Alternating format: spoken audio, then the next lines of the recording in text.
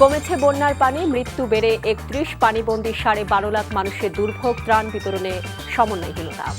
পাচারকৃত অর্থ ফেরত ও আত্মসাৎকারীদের সম্পদ অধিগ্রহণের কাজ শুরু করেছে সরকার, টাস্কফোর্স চায় টিআইবি। জামাত শিবির নিষিদ্ধের প্রজ্ঞাপন বাতিল, আওয়ামী লীগকে নিষিদ্ধ করা উচিত হবে না, আইন উপদেষ্টা। ভালুকায় দুদকের 6 মামলায় এনটিভি চেয়ারম্যান মোসাদ্দেক আলীর স্থায়ী জামিন, সব মামলায় খালাসের আশা।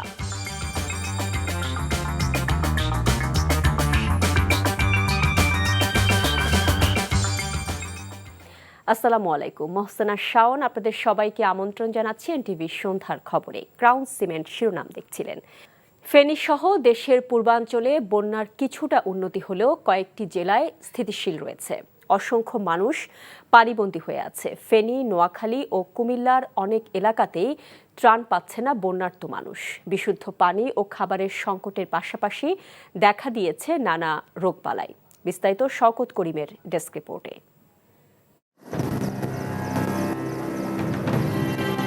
স্মরণকালের ভয়াবহ বন্যায় বানের পানিতে ভাসছে ফেনী। বানভাসীদের বাঁচার আকুতি, দুর্গতদের নিদারুণ কষ্টের দিনরাত্রি, দীর্ঘ হচ্ছে হাহাকার। সবকিছু ডুবে আছে পানিতে, কিন্তু সুপেয় পানির তীব্র সংকট। বেশিরভাগ স্থানে নেই বিদ্যুৎ, মোবাইল নেটওয়ার্কে বিভ্রাট। গত দুদিনে বৃষ্টিপাত কম হওয়ায় ফেনী শহর সহ পরশুরাম, ফুলগাজী, ছাগলনাইয়াতে বন্যার পানি কিছুটা কমেছে। তবে বন্যা পরিস্থিতির অবনতি হয়েছে সদর, সোনাগাজী ও দাগনভূঞা উপজেলায়। যত জনগণ আসছে মানুষের মরে যাবে, গঠন বার হতে পারেন না, হানি কান্দিল্লাই আবার খাওয়া দাওয়া খাইতে পারেন না, কাপড় চোপড় হিনতে পারেন না। 100 বছর এরকম পানি উঠে নাই, মানুষ খুব দুর্ভোগে আছে, বাজার করতে পারছে না, খানা পাইতেছে না। বন্যা পরিস্থিতি অপরিবর্তিত রয়েছে নোয়াখালীতে। তলিয়ে আছে বিস্তীর্ণ এলাকার বাড়িঘর, জনপদ, ফসলি মাঠ।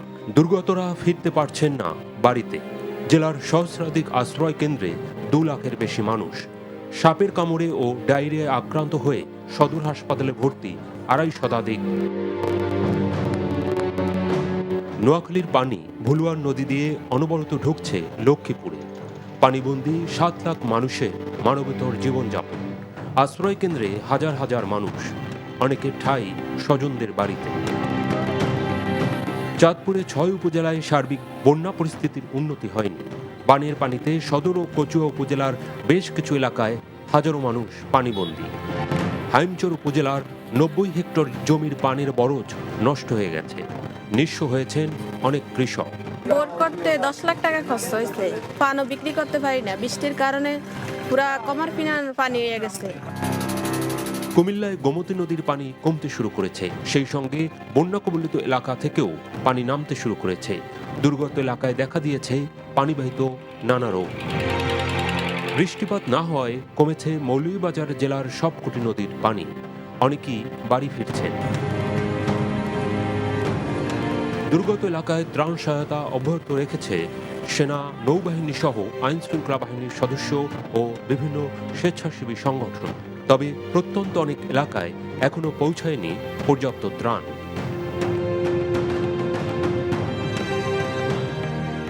শওকত করিম, এনটিভি নিউজ ডেস্ক। বন্যার্তদের উদ্ধার ও খাবারের যোগান দিতে অক্লান্ত পরিশ্রম করে যাচ্ছেন অসংখ্য স্বেচ্ছাসেবক। স্বেচ্ছাশ্রমের এক অনন্য নজির স্থাপন করে এই কাতারে দাঁড়িয়েছিলেন যারা, তাদেরকেও প্রাণ দিতে হয়েছে। তবু দমে না গিয়ে দুর্যোগে হাত বাড়িয়েছেন সহযোগিতার, ভালোবাসার। আনোয়ার হোসেন মিলনের তোলা ছবিতে ফেনী থেকে আরও জানাচ্ছেন নিয়ামুল আজিজ সাদেক। ফেনীর ফুলগাজীর প্রত্যন্ত গ্রামে রাতেও চলছে ত্রাণ ও উদ্ধার কার্যক্রম। প্রশিক্ষণ না থাকলেও আর্তমানবতার জন্য জীবন বাজি রেখে কাজ করে চলেছেন দেশের বিভিন্ন জেলার তারুণ্য। ঘরের ছাই সামান্য সব চলে গেছে, নিজেদের গায়ে বাসায় কোনো রকম এক কাপড়ে অন্য ঘরে আশ্রয় নিয়েছে। ঠিক এই সমস্ত লোকদের বেশি পাশে দাঁড়ানো দরকার। নৌবাহিনী, সেনাবাহিনী, কোস্টগার্ড বা ফায়ার সার্ভিসের সঙ্গে হাতে হাত রেখে প্রবল স্রোতের মধ্যেও হার না মানা তারুণ্য ঠায় দাঁড়িয়ে। এখন যেটা আমরা করছি, জরুরি ত্রাণ সরবরাহ করছি, বাট খুব শীঘ্রই আমাদেরকে যে জিনিসটা বিবেচনা করতে হবে, আমি এই উপজেলার কথাই বলবো। আমাকে ইউএনও বলেছেন এখানে 6টি ইউনিয়ন আছে, প্রায় 1.5 লক্ষ বাসিন্দা আছেন, নাগরিক আছেন। তাদের পুনর্বাসনের জন্য সরকারিভাবে আমার বিশ্বাস সদস্য সরকার এটার ব্যাপারে ব্যবস্থা গ্রহণ করবেন। কাচ্চা নিয়ে কোথায় যাবো ওইটা চিন্তা করতেছি আর কি, আর সহযোগিতা চাইতেছি সবার কাছে। পানি ঘর থেকে নামে গেছে, তবে কিন্তু ঘরে খানা রান্না হইতেছে না। পানিতে সাঁতার কেটে অথবা গলা পর্যন্ত পানিতে জীবনের আহ্বানে ছুটছেন। ঘুমিয়েছেন ট্রাকে কিংবা বোটে। বন্যা আজ তো লাগছিলাম আর সাইতো লাগছে আর ব্যাগ নিছো গো বন্যা কৌগা আগে ব্যাগ নিছো গো কাপড় চোপড় কিছু নাই। ইন্দ্রানোর বস্ত্র লই বাইরেছি আজ যে 3 দিন অনাঘানা আমরা কয়দিন বাড়ির পাশে কেউ আনছে দিছে খাইছি, চিড়া আর বিস্কুট দিছে খাইছি। মাত্র কয়েকদিন আগের নতুন বাংলাদেশ ধর্ম বর্ণ নির্বিশেষে এমন পাশে দাঁড়ানোর দৃষ্টান্ত ভালোবাসায় জায়গা করে নিয়েছে কোটি হৃদয়ে। ফেনীর প্রত্যন্ত গ্রামসহ বিভিন্ন জায়গায় পানি কমতে শুরু করেছে, যে কারণে এখন সুপেয় প্রাণী এবং অবকাঠামোগত নির্মাণ সবচেয়ে বড় চ্যালেঞ্জ। যে জায়গায় কিছুটা হলেও ত্রাণ সহায়তা দিয়ে যাচ্ছে নৌবাহিনী, কোস্টগার্ড সহ বিভিন্ন বাহিনী। Niamul Aziz Sadek, NTV news, Feni. চলমান বন্যায় সরকারি হিসেবে এখন পর্যন্ত 31 জনের মৃত্যু হয়েছে বলে জানানো হয়েছে দুর্যোগ ও ত্রাণ মন্ত্রণালয়ের নিয়মিত সংবাদ সম্মেলনে। এছাড়া আরও 1 কোটি টাকা নগদ বরাদ্দ দেয়, বরাদ্দের পরিমাণ দাঁড়িয়েছে 4 কোটি 52 লাখ টাকা। 11টি জেলায় মোট 12,27,554টি পরিবার পানিবন্দী অবস্থায় আছেন। ক্ষতিগ্রস্ত লোকের সংখ্যা 58,22,774 জন। মৃতের সংখ্যা 31 জন। আমরা 1 কোটি টাকা নতুন বরাদ্দ করেছি, সেটি হচ্ছে কুমিল্লাতে 30 লক্ষ, ফেনীতে 20 লক্ষ, নোয়াখালীতে 30 এবং লক্ষ্মীপুরে 20 লক্ষ। এটা হচ্ছে বাড়তি বরাদ্দ। বিগত বছরগুলোতে কতিপয় অসাধু ব্যবসায়ী ও প্রভাবশালী ব্যক্তিরা নামে বেনামে কত টাকা ঋণ আত্মসাৎ এবং অর্থ পাচার করেছেন তার হিসাব করা হচ্ছে বলে জানিয়েছেন প্রধান উপদেষ্টা ডক্টর মোহাম্মদ ইউনূস। প্রধান উপদেষ্টার প্রেস উইং থেকে পাঠানো বিজ্ঞপ্তিতে জানানো হয়, ব্যাপক দুর্নীতি এবং প্রতারণার মাধ্যমে নামে বেনামে বিপুল পরিমাণের অর্থ আত্মসাৎ এবং বিদেশে পাচার হওয়া অর্থের সঠিক পরিমাণ নির্ণয়ের কাজ চলছে। দুদক সহ সংশ্লিষ্ট প্রতিষ্ঠানের সহায়তায় আত্মসাৎকারীদের স্থানীয় সম্পদ এবং অধিগ্রহণ এবং বিদেশে পাচারকৃত অর্থ ফেরত আনার মাধ্যমে আত্মসাৎকৃত অর্থ পুনরুদ্ধারের কাজ শুরু হয়েছে। জানানো হয়, দুর্নীতি ও অর্থ পাচারের সাথে সংশ্লিষ্ট ব্যাংক এবং আর্থিক প্রতিষ্ঠানসমূহে ইতিমধ্যে সংস্কার কার্যক্রম শুরু হয়েছে। শিগগিরই ব্যাংকিং কমিশন গঠনের কথা উল্লেখ করে বিজ্ঞপ্তিতে বলা হয়, কমিশন সংশ্লিষ্ট প্রতিটি ব্যাংকে তদন্ত সাপেক্ষে প্রকৃত চিত্র প্রকাশ করা হবে এবং ব্যাংকগুলোর পুনর্গঠনের জন্য 6 মাসের মধ্যে একটি বাস্তবায়নযোগ্য রোডম্যাপ প্রণয়ন করা হবে। আরও বলা হয়, ব্যাংকগুলোর পুনর্গঠন এবং আর্থিক খাতের কাঠামোগত সংস্কার সময় সাপেক্ষ। তবে সরকার বাংলাদেশের আর্থিক খাতকে আন্তর্জাতিক মান সম্পন্ন করার ব্যাপারে দৃঢ় প্রতিজ্ঞ বলেও বিজ্ঞপ্তিতে উল্লেখ করা হয়। বাংলাদেশকে অর্থনৈতিক বিপর্যয় থেকে পুনর্গঠনে সহায়তার জন্য কানাডাকে বাংলাদেশে বিনিয়োগের আহ্বান জানিয়েছেন প্রধান উপদেষ্টা অধ্যাপক মোহাম্মদ ইউনূস। সকালে রাষ্ট্রীয় অতিথি ভবন যমুনায় প্রধান উপদেষ্টার সাথে বাংলাদেশে নিযুক্ত কানাডার হাইকমিশনার লিলি নিকলস সাক্ষাৎ করতে গেলে তিনি এই আহ্বান জানান। বলেন, অর্থনৈতিক প্রবৃদ্ধি বাড়াতে তার সরকারের কানাডার সমর্থন প্রয়োজন। পরে প্রধান উপদেষ্টার সাথে সাক্ষাৎ করেন বাংলাদেশে নিযুক্ত ফ্রান্সের রাষ্ট্রদূত মেরি মাস দুপুই। ফ্রান্স বাংলাদেশ পুনর্গঠনের প্রচেষ্টায় অন্তর্বর্তী সরকারকে সহায়তা করতে প্রস্তুত বলে জানান ফরাসি রাষ্ট্রদূত। ফরাসি প্রেসিডেন্ট ইমানুয়েল ম্যাক্রো প্রধান উপদেষ্টাকে সুবিধাজনক সময়ে ফ্রান্স সফরে আমন্ত্রণ জানিয়েছেন। পরে প্রধান উপদেষ্টার সাথে সৌজন্য সাক্ষাৎ করেন বাংলাদেশে নিযুক্ত মালয়েশিয়ার হাইকমিশনার হাসনা মোহাম্মদ হাশিম। বাংলাদেশকে দক্ষিণ পূর্ব এশীয় সংগঠনের আসিয়ানের সদস্য করতে মালয়েশিয়ার সমর্থন চেয়েছেন প্রধান উপদেষ্টা। শেষে প্রধান উপদেষ্টার সাথে সৌজন্য সাক্ষাৎ করেন ইউএনডিপির আবাসিক প্রতিনিধি স্টেফান লিলার। বিচার বিভাগ, পুলিশ, নির্বাচন কমিশন, কর কমিশন ও ভূমি নিবন্ধনের মতো গুরুত্বপূর্ণ জায়গায় সংস্কার করতে জাতিসংঘের উন্নয়ন কর্মসূচি সমর্থন চেয়েছেন প্রধান উপদেষ্টা। অন্তর্বর্তীকালীন সরকার রাষ্ট্র সংস্কারের যে দায়িত্ব নিয়ে এসেছে তা স্বল্প ও মধ্য মেয়াদে পূরণ করা সম্ভব নয় বলে জানিয়েছেন ট্রান্সপারেন্সি ইন্টারন্যাশনাল বাংলাদেশ টিআইবির নির্বাহী পরিচালক ডক্টর ইফতেখারুজ্জামান। টিআইবি আয়োজিত সংবাদ সম্মেলনে তিনি একথা জানান। দুর্নীতি প্রতিরোধে স্থায়ী টাস্কফোর্স গঠনের সুপারিশও করে সংস্থাটি। নজরানা চৌধুরী রিপোর্ট। বাংলাদেশের আগস্ট বিপ্লবের মাধ্যমে রাজনৈতিক পট পরিবর্তনের পর দায়িত্ব নেয়া অন্তর্বর্তীকালীন সরকারের সামনে কিছু সুপারিশ তুলে ধরতে এক সংবাদ সম্মেলন করে টিআইবি। নতুন বাংলাদেশ, দুর্নীতি প্রতিরোধ, গণতন্ত্র ও সুশাসন শীর্ষক এই সংবাদ সম্মেলনে সংস্থাটি রাষ্ট্র সংস্কারে বেশ কিছু সুপারিশ উপস্থাপন করে। নির্বাচনকালীন অন্তর্বর্তীকালীন সরকার ব্যবস্থা প্রবর্তন, এক ব্যক্তি দুইবারের বেশি প্রধানমন্ত্রী হতে না পারা, বিরোধী দল থেকে ডেপুটি স্পিকার পদ দেয়া, পুলিশ কমিশন গঠন, সাংবিধানিক প্রতিষ্ঠানের পূর্ণ স্বাধীনতা প্রদান, তথ্য অধিকার নিশ্চিতের পথে বাধা সৃষ্টিকারী আইনসমূহ বাতিল, স্বাধীন ব্যাংক কমিশন গঠন সহ বেশ কিছু সুপারিশ তুলে ধরা হয়। দুর্নীতি ও অর্থপাচারের কার্যকর জবাবদিহির অনুকরণ দৃষ্টান্ত স্থাপনে Dudok, BFIU, NBR, CID, attorney general কার্যালয় সম্পৃক্ত করে একটি স্থায়ী টাস্কফোর্স গঠন করতে হবে। এই টাস্কফোর্স অন্তর্বর্তীকালীন সময়ে সরকারের সময় কাজ করবে, কিন্তু একই টাস্কফোর্স স্থায়ীভাবে কাজ করবে, যাতে ভবিষ্যতেও তাদের হাতেই কর্তৃত্বে সমন্বিতভাবে দুর্নীতি প্রতিরোধ এবং বিশেষ করে অর্থপাচারের কাজটি, যেটি এই সংস্থাগুলোর ম্যান্ডেট, সেই কাজটির জন্য কার্যকরভাবে সম্পন্ন হয়। অন্তর্বর্তীকালীন সরকারকে মাত্র ২০ দিনে মূল্যায়ন করা সমীচীন হবে না উল্লেখ করে ডক্টর ইফতেখার বলেন, একটি ধ্বংসস্তূপের উপর দাঁড়িয়ে এই সরকারকে জনগণের প্রত্যাশা পূরণ করতে হচ্ছে। এর বাইরেও রাজনৈতিক সংস্কৃতির যে চর্চা দীর্ঘদিন ধরে চলে আসছে তারও কোনো পরিবর্তন হয়নি বলেও মন্তব্য করেন তিনি। এসব সংস্কার কাজ বাস্তবায়ন করা কঠিন বলেই সরকারকে তার জন্য প্রযোজ্য সময় দিতে হবে বলেও উল্লেখ করেন টিআইবি নির্বাহী পরিচালক। নতুন বাংলাদেশ রাষ্ট্র সংস্কার, নতুন রাজনৈতিক সমঝোতা, এটি হচ্ছে আমাদের অন্তর্বর্তীকালীন সরকারের ম্যান্ডেট। এটা ম্যান্ডেট জনগণের থেকে প্রাপ্ত ম্যান্ডেট, এর থেকে সরে আসার কোনো সুযোগ নাই। এই ম্যান্ডেটটাকে ডেলিভার করার জন্য যে সময়টুকু দরকার, সেটি আমি ব্যক্তিগতভাবে মনে করি না যে স্বল্প মধ্যম মেয়াদে সম্ভব। এটুকু আমি বলতে পারি, কিন্তু কতটুকু সময় লাগবে সেটা তারা নিজেরা নির্ধারণ করবে। একটি কর্তৃত্ববাদী শাসনের পরিবর্তে আরেকটি কর্তৃত্ববাদী শাসন যেন দেশে না আসে, সেদিকেও জনগণের প্রত্যাশা রয়েছে বলেও জানান টিআইবির প্রধান নির্বাহী। নজরানা চৌধুরী, এনটিভি নিউজ, ঢাকা। অন্তর্বর্তী সরকারের মেয়াদ কতদিন হবে তা নিয়ে রাজনৈতিক দলগুলোর সাথে দ্রুত সরকারকে সংলাপে বসার আহ্বান জানিয়েছে বিএনপি। আবারও নির্বাচনের রোডম্যাপ ঘোষণার দাবি জানিয়ে মির্জা ফখরুল ইসলাম আলমগীর বলেছেন, জনগণই সিদ্ধান্ত নেবে দেশ কিভাবে চলবে। সংবাদ সম্মেলনে তিনি বলেন, একটি সুষ্ঠু নির্বাচনের জন্যই এতদিন আন্দোলন করেছে তার দল। ইমরুল আহসানের রিপোর্ট। দলের স্থায়ী কমিটির বৈঠকের সিদ্ধান্ত জানাতে বিএনপি চেয়ারপারসনের গুলশান কার্যালয়ে এই সংবাদ সম্মেলন। মির্জা ফখরুল ইসলাম আলমগীর বলেন, কোনো রকম আগাম সতর্কতা ছাড়া ভারত বাঁধ খুলে দেয়, ভয়াবহ বন্যা হয়েছে দক্ষিণ পূর্বাঞ্চলে। বন্যার কারণে দলের প্রতিষ্ঠাবার্ষিকীর কর্মসূচি সীমিত করা হয়েছে উল্লেখ করে তিনি বলেন, কর্মসূচির অর্থ যাবে ত্রাণ তহবিলে।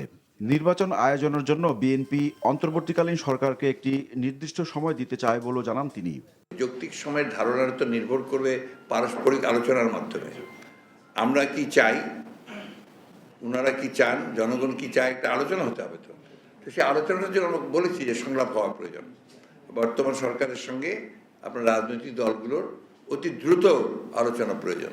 নির্বাচিত প্রতিনিধির পার্লামেন্ট ছাড়া কিন্তু কোনো সমস্যার সমাধান হয় না। একজন ব্যক্তি, কয়েকজন ব্যক্তি মিলে আমি মনে করি যে আমরা আপনার একেবারে স্বর্গ বানিয়ে দিতে পারবো, আমার এই চিন্তাটা একদম সঠিক হবে না। কারণ দ্য পিপল আলটিমেটলি, জনগণ যারা ডিসাইড করবে যে দেশ কিভাবে চলবে। নির্বাচনের রোডম্যাপের দাবিতে বিএনপির বক্তব্য নিয়ে জামায়াতের আমিরের বক্তব্যের জবাব দেন মির্জা ফখরুল। আমাদের লড়াইটা পুরোপুরিভাবে হচ্ছে একটা গণতন্ত্রকে পুনঃপ্রতিষ্ঠার জন্য, রেস্টোরেশন অফ ডেমোক্রেসি। সেটার জন্য তো আমরা নির্বাচনের কথা বলবো, এটা তো আমাদের রাইট। আমরা তো নির্বাচনের জন্যই এতদিন ধরে সংগ্রাম করে এসেছি, লড়াই করে এসেছি। ওই বিষয়কে বাদ দিয়ে তো আমি অন্য কোনো রাজনৈতিক চিন্তা এই মুহূর্তে করবো না। ১/১১ কথা তো ভুলে যায়নি। ১/১১-তে যেটা হয়েছিল সেটা ছিল রাজনীতিকরণ, ডিপলিটিসাইজেশনের একটা প্রচেষ্টা। যাদের দুর্ভাগ্যজনকভাবে যাদের জনসমর্থন নেই, যাদেরকে পিপুল মনে করে না যে এরা সরকার চালাতে পারবে, তারা ধরনের চিন্তা ভাবনা অনেক সময় করে বিভিন্ন রকমভাবে। আমি কোনো দলের নাম বলছি না আর কি। জামায়াতের নিষেধাজ্ঞা প্রত্যাহার নিয়ে কথা বলেন তিনি। না, আমরা কোনো রাজনৈতিক দলকে নিষিদ্ধ করার পক্ষে না, সে যে দলই হোক, কিন্তু স্বাধীনতার সার্বভৌমত্বের পক্ষে থাকতে হবে। That is also very true. আমার বাংলাদেশ স্বাধীনতায় যে বিশ্বাস করে না করে, সেই দলের একটা দলকে তো সমর্থন করা যাবে না। কিন্তু আমরা মনে করি যে মানুষের অধিকার আছে, যে অধিকার তার সাংবিধানিক অধিকার, যে একটা সংগঠন তৈরি করবার, রাজনীতি করবার অধিকার আছে, সেটা করতেই পারে। এটা নিয়ে আমাদের বিরূপ কোনো নেই। সারা দেশে ঢালাওভাবে মামলা দায়ের না করতে দলীয় নেতাকর্মী ও পুলিশের প্রতি আহ্বান জানান বিএনপির মহাসচিব। যার ফলে মানুষ ইমরুল হাসান, এনটিভি নিউজ, ঢাকা। জামায়াতের নিবন্ধন বাতিল করে দেয়া আপিল বিভাগের রায়ের বিরুদ্ধে আগামী সপ্তাহে রিভিউ আবেদন করা হবে বলে জানিয়েছেন দলটির আইনজীবী শিশির মনির। আর জামায়াত ইসলামী নিষিদ্ধের প্রজ্ঞাপন প্রত্যাহার হওয়ায় সন্তোষ প্রকাশ করেছেন দলটির আমির ডাক্তার শফিকুর রহমান। তামজিদ সুমনের রিপোর্ট। 5 আগস্ট পদত্যাগ করে শেখ হাসিনা পালিয়ে যাওয়ার পর সেনাপ্রধান ও অন্তর্বর্তী সরকারের প্রধান উপদেষ্টার সঙ্গে বৈঠকে জামাতের নিষিদ্ধের প্রজ্ঞাপন প্রত্যাহারের বিষয়ে আলোচনা হয়। এ বিষয়ে স্বরাষ্ট্র মন্ত্রণালয়ে আবেদন করে জামায়াতে ইসলামী।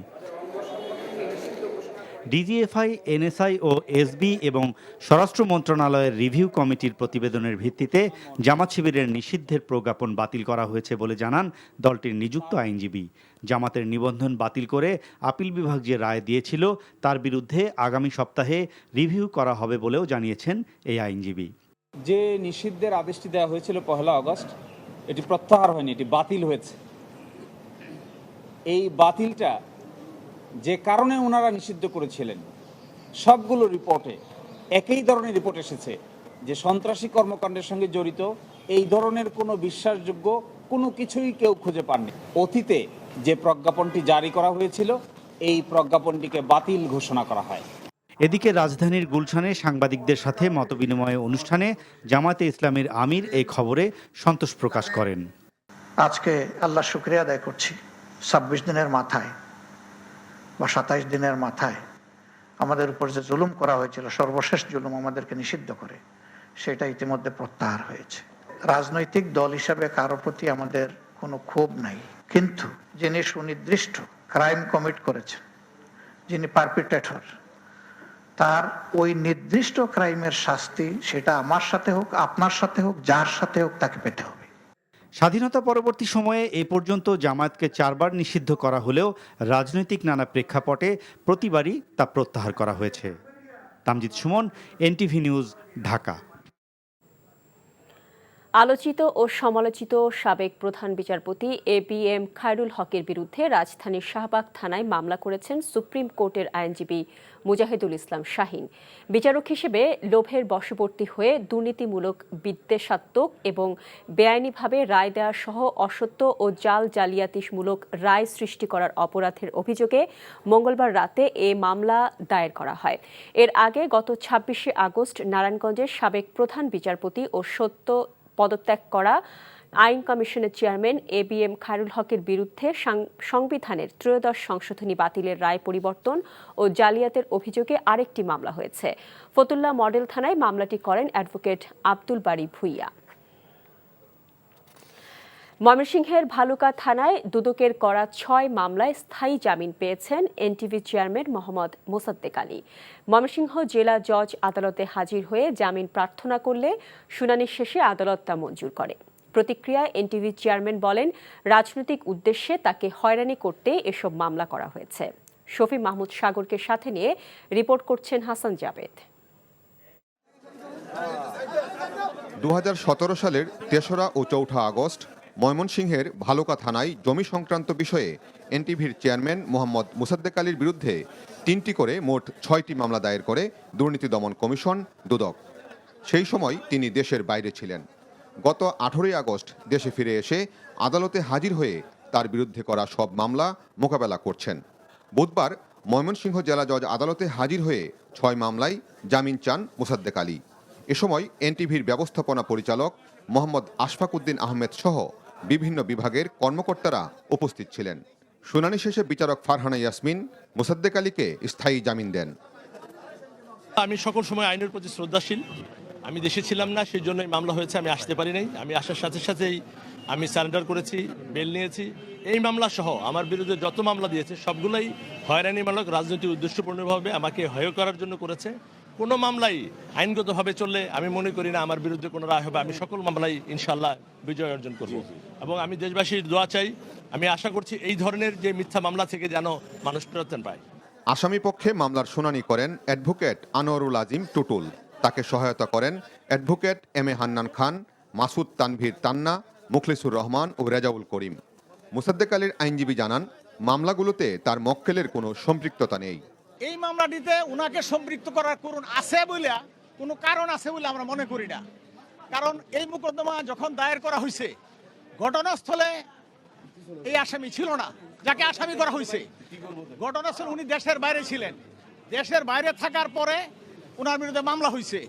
মামলা হওয়ার পরে উনি জানেন না, যখন পত্রিকায় বিজ্ঞপ্তি হয়েছে উনি জানার পর, ওনার পরিবার জানছে, জানার পর উনি দেশে আসছেন 18 তারিখে। আজকে ভলান্টিয়ার সারেন্ডার করছেন। মোকদ্দমাটি অচলযোগ্য বিধায় আসামিকে যথারীতি জনাব মুসাদ্দেক আলী সাহেবকে জামিন দিয়েছেন। এর আগে গত 21শে আগস্ট ঢাকা মহানগর দায়রা জজ আদালতে হাজির হয়ে অপর 4 মামলায় জামিন পান এনটিভির chairman Mohammad Musaddek Ali. Hasan Jabed, NTV news, Dhaka.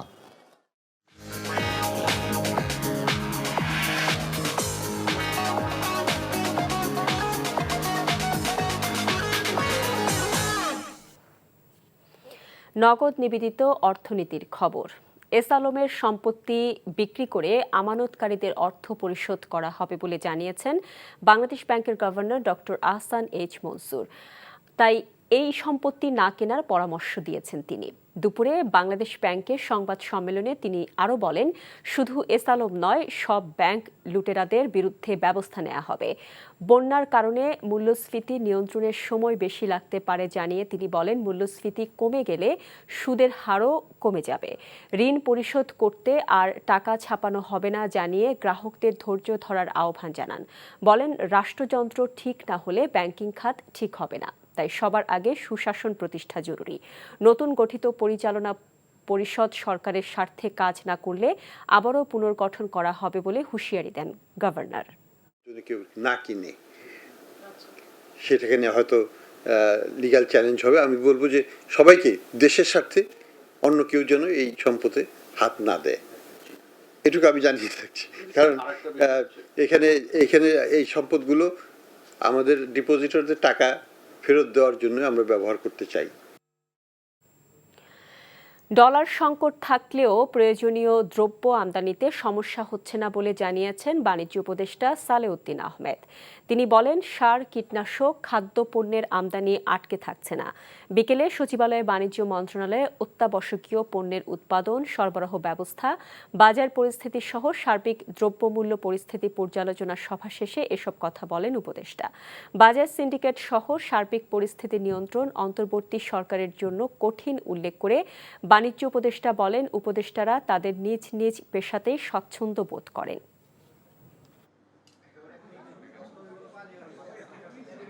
সার, কীটনাশক, তারপরে জ্বালানি, খাদ্য, এইগুলো একেবারে এই কোনো কিছুই আটকাচ্ছে না। যেমনি পারো বাংলাদেশ ব্যাংক ম্যানেজ করছে। তার কোথেকে সে দিচ্ছে সে দিয়ে জানে, আপনারা মেকানিজম আছে। এটাতে আমার মনে হয় না খুব অসুবিধা হবে। একটু কিছু কিছু জায়গায় আছে, হয়তো কিছুটা সময় লাগবে, বাট অতি প্রয়োজনীয় জিনিসপত্র কোনো আটকাবে না। বৈষম্য বিরোধী ছাত্র আন্দোলনের সমন্বয়ক সার্জিস আলম বলেছেন, দেশের 15টি ব্রিজে ছাত্রদের কথা বলে টোল দেয়া বন্ধ করে দেয়া হয়েছে, যা সঠিক নয়। বৈষম্য বিরোধী ছাত্র আন্দোলনের শিক্ষার্থীদেরও ব্রিজে টোল দিতে হবে। এছাড়া দেশের বিভিন্ন জায়গায় মিথ্যা মামলা, হয়রানি ও চাঁদাবাজির বিরুদ্ধে ব্যবস্থা নেওয়ারও জোর দাবি জানান তিনি। আজ এক ভিডিও বার্তায় এসব কথা বলেন সার্জিস আলম। স্টুডেন্টদের কথা বলে হোক, বৈষম্য বিরোধী ছাত্র আন্দোলনের কথা বলে হোক, এই নামের অপব্যবহার করে কেউ বাংলাদেশের কোথাও ভুলে এই কাজ করবেন না। প্রত্যেকটি ব্রিজে টোল দিবে। এমনকি বৈষম্য বিরোধী ছাত্র আন্দোলনের ব্যানারে কোনো যদি ত্রাণের ট্রাকও বাংলাদেশের যে কোনো জায়গায় যায়, সেই ট্রাকও টোলের টাকাটি দিয়ে তারপরে যায়। যারা এই মিথ্যা মামলা থেকে শুরু করে চাঁদাবাজি, নির্যাতন, হয়রানি, ঘরবাড়ি ভাঙচুর এরকম কোনো কিছুর সাথে জড়িত, তাদেরকে স্পষ্টভাবে আইনের আওতায় আনা হোক। বিদ্যুৎ ও জ্বালানি খাতের যেখানেই হাত দেওয়া হয় সেখানেই দুর্নীতি খুঁজে পাওয়া যাচ্ছে বলে মন্তব্য করেছেন বিদ্যুৎ, জ্বালানি ও খনিজ উপদেষ্টা ফাউজুল কবির খান। বিকেলে পেট্রোবাংলা কার্যালয়ে জ্বালানি ও খনিজ সম্পদ বিভাগ এবং এর আওতাধীন বিভিন্ন সংস্থার কর্মকর্তাদের সাথে মতবিনিময় শেষে তিনি একথা বলেন। দুর্নীতিবাজ কর্মকর্তা কাজে যতই দক্ষ হন, প্রমাণ পেলে তাদের বিরুদ্ধে ব্যবস্থা নেওয়া হবে বলে হুঁশিয়ারি দেন তিনি। জানান, খুব বেশি প্রয়োজন না হলে সচিবরা কোনো কোম্পানির চেয়ারম্যান হতে পারবেন না। আরও বলেন, বিদ্যুৎ ও জ্বালানি খাতের সব কোম্পানি পুনর্গঠন করা হবে। সরকারকে সময় দিতে হবে জানিয়ে এখন আন্দোলন না করার জন্য সংশ্লিষ্টদের প্রতি আহ্বান জানান উপদেষ্টা। বলেন, সবার বেতন বাড়ানো সম্ভব নয়, কারণ বাড়তি বেতন দিতে টাকা ছাপাতে হলে বাড়তি মূল্যস্ফীতি হবে। যেখানে হাত দিচ্ছি একটা করে অনিয়ম পাচ্ছি, যেখানে হাত দিচ্ছি একটা করে অনিয়ম পাচ্ছি। দুর্নীতি শুরু হয় মাথা থেকে। আমরা সেই দৃষ্টান্তটা হতে চাই যে আমরা নিজেরা সম্পূর্ণভাবে দুর্নীতির ঊর্ধ্বে থাকতে চাই, এবং আমরা আশা করব আমাদের যারা সচিব, আমাদের যারা উচ্চপদস্থ সংস্থা প্রধান, তারাও কিন্তু সেই দৃষ্টান্ত অনুসরণ করবেন, এবং সেই দৃষ্টান্ত যদি অনুসরণ না করেন তাহলে কিন্তু আমরা তাদেরকে বদলাতে বাধ্য হব। খেলার খবর, ক্রিকেট। বাংলাদেশ পাকিস্তান সিরিজ প্রসঙ্গ। বাংলাদেশের বিপক্ষে দ্বিতীয় ও শেষ টেস্টের জন্য পাকিস্তান দল ঘোষণা। রাওয়ালপিন্ডিতে দ্বিতীয় টেস্টে দলে ফেরানো হয়েছে লেগ স্পিনার আবরার আহমেদকে। স্কোয়াডে কোনো বিশেষজ্ঞ স্পিনার না নিয়ে প্রথম টেস্ট পরাজয়ের সমালোচনার মুখে পড়ে স্বাগতিকরা, তাই দ্বিতীয় টেস্টের আগে সেই ভুলটা হয়তো শুধরে নিল তারা। আবরার ছাড়াও ব্যাটার কামরান গুলাম ও পেস অলরাউন্ডার আমির জামালকেও স্কোয়াডে ফেরানো হয়েছে। আমির জামালকে দলে নিলেও তার খেলা নির্ভর করছে ফিটনেসের ওপর। প্রথম টেস্টের পর স্কোয়াড ছেড়ে ছুটিতে গিয়েছিলেন পেসার শাহিন আফ্রিদি। তিনি মঙ্গলবার দলের সাথে যোগ দিয়েছেন। 30 আগস্ট থেকে রাওয়ালপিন্ডিতেই শুরু হবে দ্বিতীয় ও শেষ টেস্ট। সিরিজে 1-0 ব্যবধানে এগিয়ে আছে বাংলাদেশ। আর এর সাথে শেষ করছি সন্ধ্যার খবর। তবে যাবার আগে ক্রাউন সিমেন্ট শিরোনামগুলো জানিয়ে যাব আরও একবার। কমেছে বন্যার পানি, মৃত্যু বেড়ে 31, পানিবন্দী 12.5 লাখ মানুষের দুর্ভোগ, ত্রাণ বিতরণের সমন্বয়হীনতা। পাচারকৃত অর্থ ফেরত ও আত্মসাৎকারীদের সম্পদ অধিগ্রহণের কাজ শুরু করেছে সরকার, টাস্কফোর্স যায় টিআইবি। জামায়াত শিবির নিষিদ্ধের প্রজ্ঞাপন বাতিল, আওয়ামী লীগকে নিষিদ্ধ করা উচিত হবে না, আইন উপদেষ্টা। ভালুকায় দুদকের 6 মামলায় এনটিভি চেয়ারম্যান মোসাদ্দেক আলীর স্থায়ী জামিন, সব মামলায় খালাসের আশা। এই ছিল সন্ধ্যার খবরে। এই খবরের ভিডিও সহ আপডেট জানতে ভিজিট করুন এনটিভি অনলাইন www.ntvbd.com। এছাড়াও এনটিভি জনপ্রিয় সব অনুষ্ঠান ও খবরের আপডেট জানতে ভিজিট করুন আমাদের ইউটিউব ও ভেরিফাইড ফেসবুক পেজ। রাত 10:30 রাতের খবর দেখার আমন্ত্রণ রইল। এতক্ষণ সাথে থাকার জন্য সবাইকে ধন্যবাদ।